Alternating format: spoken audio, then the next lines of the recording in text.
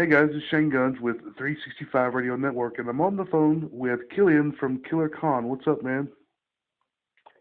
Just having a good day. How about yourself? Oh, doing pretty good. So I ran across you guys. Actually, you guys came my way from a mutual friend, I guess, from another radio station, and he sent me your page and said, "Go check these guys out." And so I did. And man, I was really impressed with the music, especially Global Killer, The Outlaw. I really, really like that song. It's quite a lengthy song, but it's really good. It's real intricate. Yes, it's basically a marriage between two separate riffs that I had, and it's kind of worked together. The ending of the first and then the second one, but it's got a kind of a wavy type groove to it, kind of a thrash, but a little slower, But it worked out really well. Yeah, it really did. It's kind of one of those songs that takes you back to the mid to late '80s, and that sound, and you've got the heavy riffs and just the good solid rhythm and really good solos. Right. Well, that particular song there is that's actually like a 1992 riff that we had laying around, and it absolutely does have that same kind of vibe to it, the late '80s type thing. And of course, I'm always influenced by the '70s and '80s, of course. Right, exactly. So, speaking of your influences, can you give me some examples of some of your influences? I guess the main ones growing up there would have been Zeppelin and Sabbath, and mixed in with some Hendrix and Deep Purple, of course, right, back in the '80s. The '70s, sorry. But yeah, that was the main influences. I never looked at vocalists per se, as always guitar players when I was growing up, and right. Always into the Tony Iommi and Jimmy Page type stuff. Right, exactly. It's always the good stuff, for an example, because those guys are just they're legends. So. Right, yeah. It's hard to top those, and anytime during the '70s and '80s, about any one of the two would come up with anything, of course you got to go out and buy it.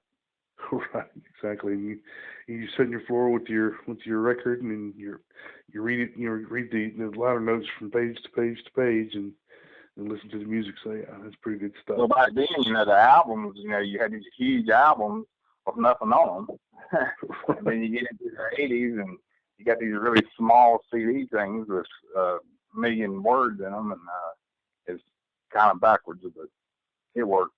Right, it works. But of course, I'm an '80s baby. I grew up, in the '80s, and of course, all those bands like, Guns N' Roses, Testament, Metallica, and all those guys. I really got into. And then later on, I really started to focus in on the '70s stuff. With Deep Purple, the '60s stuff with Led Zeppelin and Jimi Hendrix, and and those, and even I'm going to go as far as to say the Bee Gees. Because the Bee Gees, they were some pretty awesome songwriters. Oh yeah, well, if you went back and looked at some of their stuff in the '60s, it's crazy, But yeah, the Bee Gees, they wrote a lot of songs. But yeah, like my favorite bands in the '80s were definitely like the Megadeth and right, Testament and Death Angel. I guess the Bay Area type band. Yeah, the Bay Area thrash. Those were some higher quality, and of course then you have Sabotage and those guys. Some really good bands. Right. Yeah, I picked up the reissue of the Power of the Night, and that sounds wonderful. It sounds great. Yeah, it was a killer album when it came out, back in the day, and then now it has a remaster, and it's just like, oh wow, there was a lot of stuff missed. Right. With the Power of the Night, it sounds 100 times better than Power of the Mountain King because it's not been remastered. It's just, right. It's still sitting there from '85 or '86. Right, exactly. So let's get back to Killer Con here, and I know we kind of digressed there, but let's get back to Killer Con, and I want to know just for my own personal and for my listeners, where the name Killer Con came from. Well, basically, we started out in '92 as Holy Moses. That was our moniker, and I released a couple of discs under that name, and Of course, that was before internet for me, anyway. Right. We got about 97 or so. I find out there's a Holy Moses in Germany. Oh. So instead of continuing with that name, we decided to change the moniker and went with Killer Khan. It's basically, it was named after the Ricardo Montalban character in the Star Trek series. Okay. Gotcha. That's where it comes from, and I was always fond of the Fantasy Island. So that's where we come up with the name, and it kind of stuck, and we just stuck with it ever since. Right, exactly. So, do you guys currently have an EP or a full-length album out? Oh yeah, we recorded, like I said, in '96. We recorded "Rock and Roll Forever" under the Holy Moses moniker, and I released it again in 2001. Okay. So we recorded another album in '99 called "Kill Devil Hills," and it was reissued last year by Heaven and Hell Records, and that reissue thing, that's just wonderful. Yeah. It just sounds so much better when it's been remastered, and we're going to do the same thing with Rock and Roll Forever here in another year or two, I suppose. Right. Awesome. Well, I'll definitely have to go find those albums because if they're anything like your current stuff, man, I know I'm going to dig it. So I'll try to spin it on my show as well. So it's not much different. It's straight ahead, old style heavy metal, and it's all pretty much the same thing. You get into a different groove writing. Just depends on when it is and where it is. It's a little bit of difference as far as the guitar sound goes, but that's about it. Right, exactly. So let's talk about Global Killer, the Outlaw. What is that song all about? That song is about the apocalypse, and I tried to look at it. There's been a million songs written about the apocalypse. Right. So I try to look at it a different way. Like the beginning of the song, it's like he's fighting a good fight, and then when we get toward the end, when it changes into the second part of the song, it's the aftermath, and he's the outlaw then, because your news media, the government, he would be an outlaw at that point. Right. So that's kind of the way it was. I looked at it as far as writing it. Right, exactly. So speaking of writing, so when you guys go to write a song, is it just, do you come up with a riff, or is it a collaborative effort? It's just sometimes I hear songs in my head, and you'll find a guitar and play it, But yeah, it's basically, it starts out with maybe a guitar riff, and then you hear a vocal melody to go with it, and it doesn't ever end up being the same vocal melody as it does when you get ready to go to the studio, of course. But, eventually everything pans out the way it's supposed to be, and it just takes a little time to get it done. But I enjoy the writing process. Right. Very cool. And I know that in my adventures and what I do, I come across a lot of musicians to where, it is a very enjoyable but also very frustrating experience at times, because you sometimes reach that point of writer's block, and you just spend hours and days just trying to pound something out, and it just never comes out right. Right. Well, some of the, every song isn't a wonderful thing, so you have to kind of weed out the bad ones. Somehow you have parts of songs that you want to keep and you use later on, just like that. The outlaw song there. It's an old riff that I never could come up with a nice melody for back then, but I did now. So use it now. So it's all a process going on. Right, exactly. So, are you guys currently out there gigging any at all? I didn't understand the question. Are you guys out there playing shows and stuff now? Not yet. We're putting things together, and hopefully we'll get some kind of mini tour going here in the southeastern part of the states. To start out with, and but we're trying to put things together. It takes time to get all this done. Working, doing music at the same time is a bummer. Right, exactly. And I think that's the ultimate goal is to, be able to make money off of what you're doing as a band. But the way that the industry is going now is making it awfully difficult to do that. So yeah, I haven't seen much profit so far. It's it's kind of it's a game that's it's kind of like nightclubs. They used to make money with them back in the day, and now they don't make money with those anymore. But, right. The music industry, period, is I don't know what's going to happen with it, but it doesn't look good right now. No, and of course, with the internet and everything's so easily, downloaded or copied or even stolen. There's not much anybody can do about that. And it's just a beast that has to be reckoned with, I guess. Well, it's like you spend all this time and money making an album, and the second you put it on the internet, it's gone. Yep, exactly. Somebody listed it, it's over. Right. And it's all over the place. It's like my old stuff. Other people made more money off that album than I have. Right. For both of the albums, but I keep seeing it online for sale, and I don't even know who they are. Wow.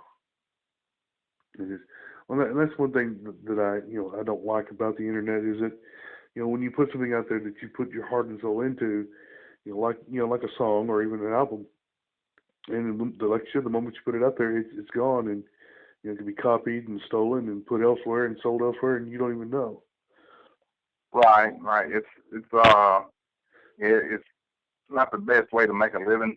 Not like you have, you're established, you have a big name, right. Big following. You can make money that way. Right. But as far as the rest of us, it's kind of hard. But I do it just because I enjoy doing it.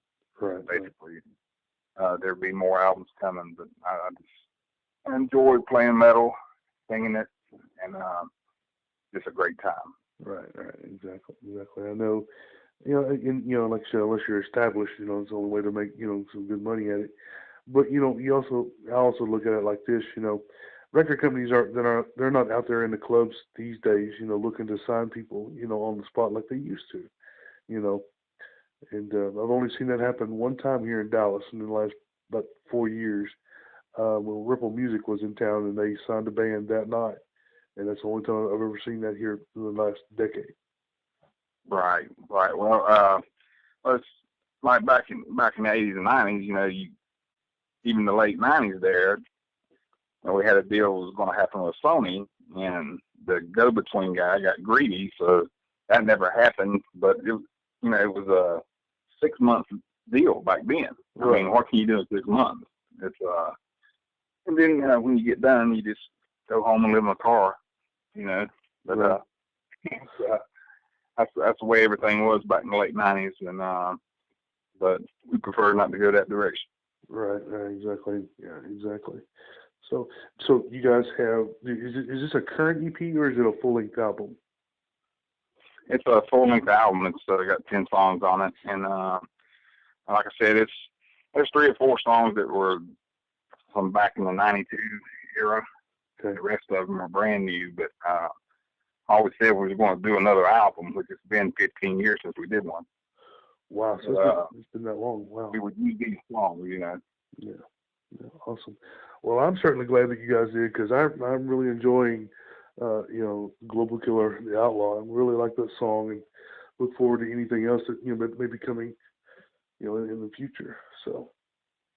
Right. Yeah, there's some really good songs on that album.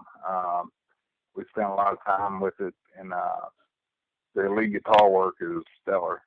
And as far as the actual sound of the album, it's as crystal clear and heavy as anything I've ever done. The Jamie King at the Basement Studios there in Winston-Salem, he did a great job with it. Right, exactly. So let's name all the members of the band just so that my listeners are aware. Okay, I'm Killian. I'm the vocalist, guitar player, and the lead guitarist is Ron Dalton, Sr. And then our bassist is Bryce Sandel, and our drummer is Jody Rumpel. We did have 2 of Ron's sons also play on the album as far as leads go, and their band Azimuth. That was Ron Dawson Jr. and Lauren Dawson. Had 3 guitar attack going in that one song. It's Guns of the Navarone. Yes. Yeah, that was all 3 of them. Wow. Yeah, we had a guitar escapade there, so it was a great time in the studio, especially when we're doing those leads. Right. Yeah, that was just awesome, and just to hear all 3, and it was just like, wow, because you don't hear that these days. You usually don't hear, a 3 guitar attack like that. Right. Well, it's like I said, even our video that we have out now, we don't. It's just the 4 of us. But like I said, in the studio at that time, we had all 3 of them in there playing. Right. We do have a video out. It's making its rounds around Germany and coming back, I guess. Right. Exactly. Yeah, I noticed that a lot of stuff that we play. A lot of the European stations want to pick up the American '80s metal or just in metal in general. So that's pretty cool. Right. Yeah, we've always had success there in Germany as far as CD sales and being in all the metal magazines, and I think we're supposed to be in a Legacy magazine in a couple months. And yeah, it's kind of the center of the metal universe. Right. It's always been friendly to us, and right. We enjoy it and have a great time with it. Right. Very cool. Very cool. Okay, well, I want to wrap up this interview, but I would like to come back and revisit, at another time when maybe we got some new stuff out. Right. It won't just. That'll probably be the mid part of next year when we release another album. Okay, cool. I would like to come back and talk about that and anything else that you guys, have in mind, and maybe we can get the whole band involved this time and, just have a good sit down talk. So.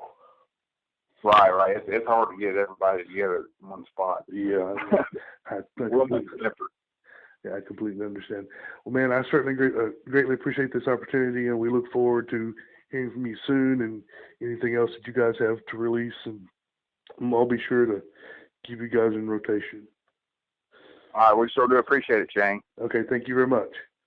All right, thank you. All right, bye.